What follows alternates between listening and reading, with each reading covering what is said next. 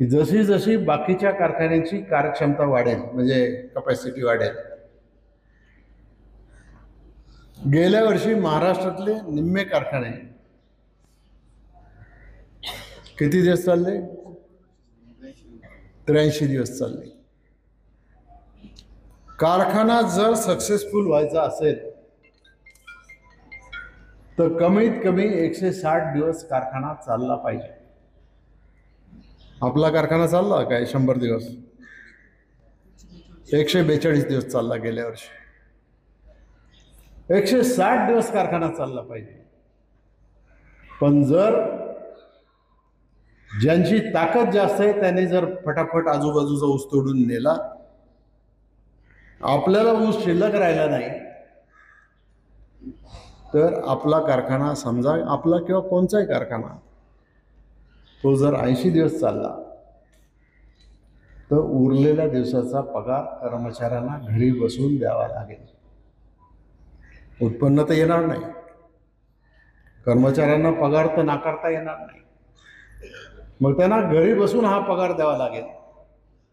आणि त्याच्यातून हळूहळू साखर कारखान्याची परिस्थिती थकत जाईल, खंगत जाईल आणि कारखाने बंद सुद्धा पडतील. आज अनेक कारखाने बंद पडलेले आहेत. आज काय बऱ्याच लोकांनी कारखाने विकले.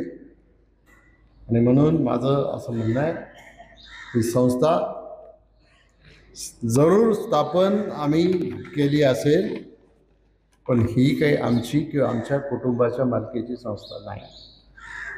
ही समाजाची संस्था आहे, ही शेतकऱ्याची संस्था आहे. आणि म्हणून सगळ्या शेतकऱ्यांनी, सगळ्या सभासदांनी, सगळ्या कर्मचाऱ्यांनी हे लक्षामध्ये ठेवलं पाहिजे, संस्था टिकली तर आपण टिकलो पाहिजे. आणि म्हणून माझी आपल्याला सगळ्यांना विनंती आहे, आम्ही जे जे प्रयत्न करतो, बाकी तुम्ही आम्हाला कशात नका मदत करू.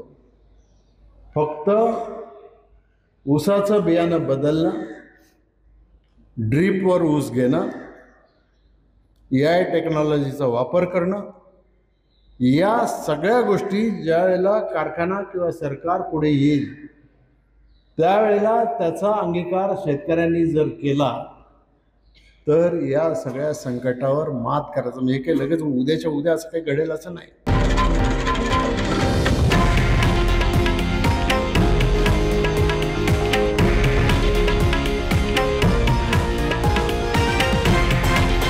हे आहे देशातील नंबर 1 न्यूज नेटवर्क आणि आपण पाहत आहात TV9 मराठी, एकमेव.